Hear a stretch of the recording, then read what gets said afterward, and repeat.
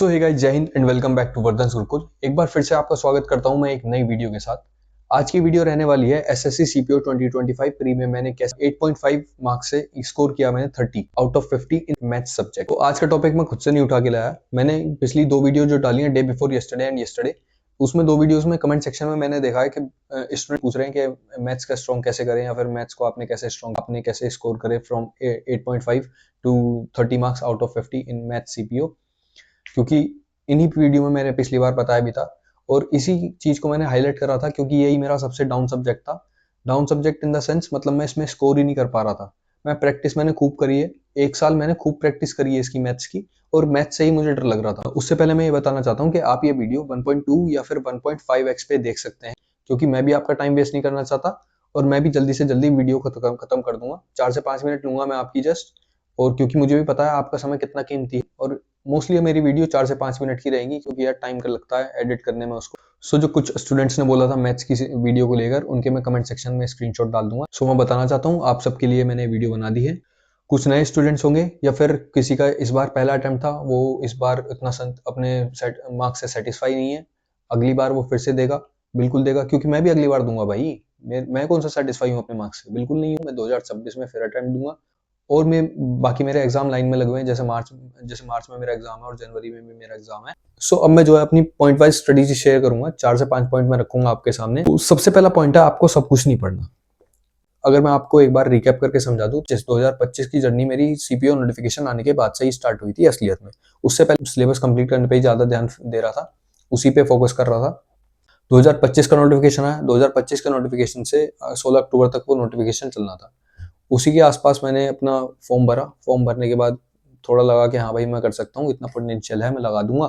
तो मैंने कोशिश करी कि मैथ्स में अपना स्कोर बढ़ाऊँ। सबसे पहले दिन मैंने स्कोर लगाया था अपना, जो कि 8.5 नंबर बैठा था एसएससी सीपीओ के मॉक में। मैथ्स में सेक्शनल मॉक लगाया था, क्योंकि उस टाइम की जरूरत थी। टाइम के हमें सेक्शनल मॉक से हमारा टाइम इंक्रीज हो सकता था। तो मैंने सेक्शनल मॉक खूब लगाए हैं, कम से कम 100-150 मॉक में लगा के गया था ओवरऑल, जिसमें कुछ 5 से 7 फुल मॉक भी थे, बाकी सेक्शनल भरे पड़े थे सारे। तो ये कुछ मेरे रिकैप था, जिसमें मैंने स्क्रीनशॉट भी शेयर कर दिया आपको। 16 अक्टूबर को मेरा पहला मॉक लगा था, जो कि 8.5 नंबर का बैठा था। उसके बाद डायरेक्ट मेरा पेपर था 20 नवंबर को। तो अप्रॉक्स 2.5 महीने में मैंने 2 महीने में मैंने अपना स्कोर इंक्रीज करा है from 8.5 to 30 out of 50 in CPO 2025 exam. तो ये थी मेरी कुछ रिकैप।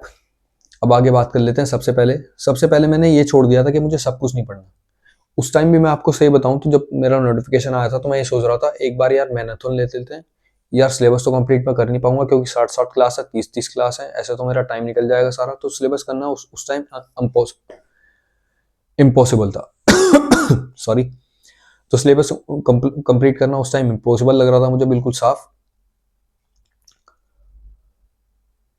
तो सिलेबस कंप्लीट करना उस टाइम मुझे इम्पॉसिबल लग रहा था। तो मेरे सामने कुछ यूट्यूब पे मैराथन आ रही थी, मैं सोच रहा हूँ यार मैराथन लगा लेता हूँ। मैराथन लगाऊंगा तो वो भी 4-4, 7-7, 10-10 घंटे की है एक चैप्टर की। कौन से चैप्टर करूंगा, ऐसा लग रहा था सारे में ही मेरा स्कोर कम आएगा चैप्टर देख के। तो लेकिन जब आप इवेल्युएट नहीं करते तो आपको यही चीजें आपको दिखती हैं बार बार, कि मुझसे तो एलसीएम एचसीएफ भी नहीं हो पाएगा, मुझसे तो परसेंटेज के इलेक्शन वाले क्वेश्चन भी नहीं हो पाएंगे, वेन डायग्राम भी नहीं हो पाएगा, या फिर अलजेब्रा नहीं हो पाएगा। अरे भाई क्वेश्चन आपने लगाया नहीं, आपने फॉर्मूले याद करके बैठ गए। इम्प्लीमेंट का आपको करना आता नहीं है, कौन सा फॉर्मूला कब लगाना है, उसमें इतने सारे फॉर्मूले। इम्प्लीमेंट करोगे, प्रैक्टिस करोगे, जब भी तो आएगा। मैराथन देख लोगे एक दिन में थोड़ी आ जाएगा, प्रैक्टिस करनी पड़ती है उसकी। इसी बात में मैं कमजोर रह गया, क्योंकि एडवांस की मैं इतनी ज्यादा प्रैक्टिस नहीं कर पाया, कम टाइम था। कुछ मेरी भी गलती रही कि मैंने टाइम पे अपनी स्ट्रेटेजी नहीं बदली, लेकिन अब दिमाग में आई है। तो मैं सोच रहा हूँ 2026 वाले स्टूडेंट जो उतरेंगे अभी नए फील्ड में, वो ये गलती ना करें। और जिन्होंने पहली बार ये एग्जाम दिया होगा ना, आपको भी समझ में आया होगा, आप भी रिलेट कर पा रहे होंगे। मेरी पिछली जो दो वीडियो मैंने डाली है ना यूट्यूब पे, आप भी रिलेट कर पा रहे होंगे उससे। तो पहला पॉइंट मेरा ये रहेगा कि हमें सब कुछ नहीं पढ़ना। मैंने भी सब कुछ पढ़ना छोड़ दिया था उस टाइम भाई। जो मेरा कोर्स था ना, जो कि पिछली वीडियो में बताया भी है, उसका नाम नहीं लिया मैंने, कोचिंग का, पर्टिकुलर कोचिंग का। उसकी कोचिंग में कम से कम 60 क्लासेस थी। परसेंटेज रेशियो इन सब की मिला के 28% की थी, 18 से 19 रेशियो की थी, बाकी डिस्काउंट की परसेंटेज की, और ये सब फलाना ढिमकाना भाई। कौन करेगा यार, कैसे कर लेगा इंसान। मैंने भाई वो कोर्स ईगो पे ले लिया था, गलती मुझसे ये होगी, मैंने ईगो पे ले लिया कि भाई नहीं, अब तो पहले ये सिलेबस कंप्लीट कर लेंगे फिर इसका मॉक लगाएंगे। वहां दिक्कत हो गई मुझसे। और मैं चाहता हूँ भाई आप ये लोग दिक्कत मत करना, आपको ज्ञानी बाबा नहीं बनना, आपको एग्जाम क्लियर करना है। एग्जाम क्लियर जब होगा जब आप एग्जाम ओरिएंटेड चीज है, तो फिर आप 2-3 साल अपना कोर्स कंप्लीट करने में रह जाओगे, 2-3 साल बाद लगेगा अरे यार मेहनत तो बहुत करी थी, मेरे से हो नहीं पाया, मेरी किस्मत नहीं थी। मुझे भी 1 साल में अकल आई है जो मैं आपको बता रहा हूँ। अर्थमेटिक तो आप आराम से कर लोगे, आपको एडवांस पे काम करने की जरूरत है, और एडवांस आपको फॉर्मूला रट के 1-2 दिन पहले फॉर्मूला रट लोगे और क्वेश्चन जाके कर रही ये बस की नहीं होगा भाई, हिला देते हैं क्वेश्चन वहां पे। क्योंकि वहां का सीन ये है 50 क्वेश्चन करने होते हैं आपको 30 मिनट में। क्वेश्चन देखते ही माइंड में स्टक और याद आ जाना चाहिए था, हाँ ये क्वेश्चन ऐसे ऐसे होगा, बस पेपर पे पेन चलाना, आंसर निकालना और टिक मारना। इतना टाइम होता है वहां पे, जब ये आप 48 या फिर 45 अटेम्प्ट करके आओगे 50 में से। नहीं तो वही, अब इस बार भी 30 रहेगा मेरे, हालांकि पहला ही अटेम्प्ट था मेरा, पर समझ में तो आ गई मैं। और इसी बात को आपको समझा रहा हूँ, जो भी अगले साल उतरने वाले हैं उनके लिए बहुत अच्छी वीडियो रहने वाली है। प्लीज इस वीडियो को इम्प्लीमेंट करें अपने ऊपर और समझें इन चीजों को। ठीक है, एक कोर्स इधर है, उसमें आ रही है 20 वीडियो परसेंटेज की, एक कोर्स इधर है उसने आधे घंटे में या 1 घंटे में या फिर 2 घंटे में मैक्सिमम उसने कंप्लीट करवा दी परसेंटेज। आप सोचेंगे अरे यार ये तो खराब है, हम ये 20 लेक्चर वाले ही सही है, इसने सारा कंप्लीट करवा दिया होगा। अरे भाई फालतू की चीजें करवा रहा है, कॉन्सेप्ट ही तो पढ़ने हैं। आप अपने कॉन्सेप्ट स्ट्रॉन्ग कर लो, फिर आप खुद से प्रैक्टिस कर लो। वो 10 क्वेश्चन करवा देगा बहुत है, फिर उन 10 क्वेश्चन को खुद से लगाओ। यार तुम 20 लेक्चर देखोगे, फोन में चला के देखोगे, फोन आगे रखा है, वो सॉल्यूशन करवा रहा है टीचर, तुम भी सॉल्यूशन कर रहे हो, अरे तुम अपना दिमाग कहाँ लगा रहे हो भाई। बात तो सारी अपनी दिमाग लगाने की है। तो अब बात कर लेते हैं हम अपने सेकंड पॉइंट की। सेकंड पॉइंट पे हमें बात करनी है, जैसे मैथ्स में 2 टॉपिक्स होते हैं, कैलकुलेशन स्पीड और एक होता है आपका कॉन्सेप्ट। कॉन्सेप्ट आपको इतने रेडी होने चाहिए कि दिमाग में होते ही अपने सॉल्यूशन, मतलब क्वेश्चन देखते ही कॉन्सेप्ट याद आना चाहिए कि इसमें ये कॉन्सेप्ट लगना है। और स्पीड आपकी इतनी तेज होनी चाहिए कि प्लस माइनस या जैसे भी नंबर के साथ खेलना है वो उसको स्पीड कहते हैं। स्पीड कैसे बनती है, आप जितनी प्रैक्टिस करोगे उतने ही आपके नंबर में खेलने की क्षमता बढ़ जाएगी। ठीक है ना। सेकंड पॉइंट में यही है कि आपको 2 चीजें स्ट्रॉन्ग करनी है, अपनी कैलकुलेशन स्पीड और दूसरी कॉन्सेप्ट। अब तीसरी चीज जो थी, जो सीपीयू के एग्जाम में बहुत ही जरूरी है, वो है एलिमिनेशन। मतलब क्वेश्चन देखते ही अगर आपके दिमाग में हिट हो जा रहा है, क्योंकि 50 क्वेश्चन आपको करने हैं 30 सेकंड में, हर एक सेक्शन की यही हालत है, 30 second 30 second 30 second, math reasoning English सब में। तो आपको मैथ में इसका ज्यादा ध्यान करना है, क्योंकि रीजनिंग इंसान आराम से कर लेगा 30 मिनट में, बहुत होता है, मैंने 25 मिनट में खत्म कर दी थी रीजनिंग अच्छे से कर लोगे आप, मुझे पता है। लेकिन जो मैथ्स में आपको दिक्कत आएगी, बिगनर्स को दिक्कत आएगी, तो आपको क्या ध्यान देना है, हमें एलिमिनेशन खेलना है उस टाइम पे।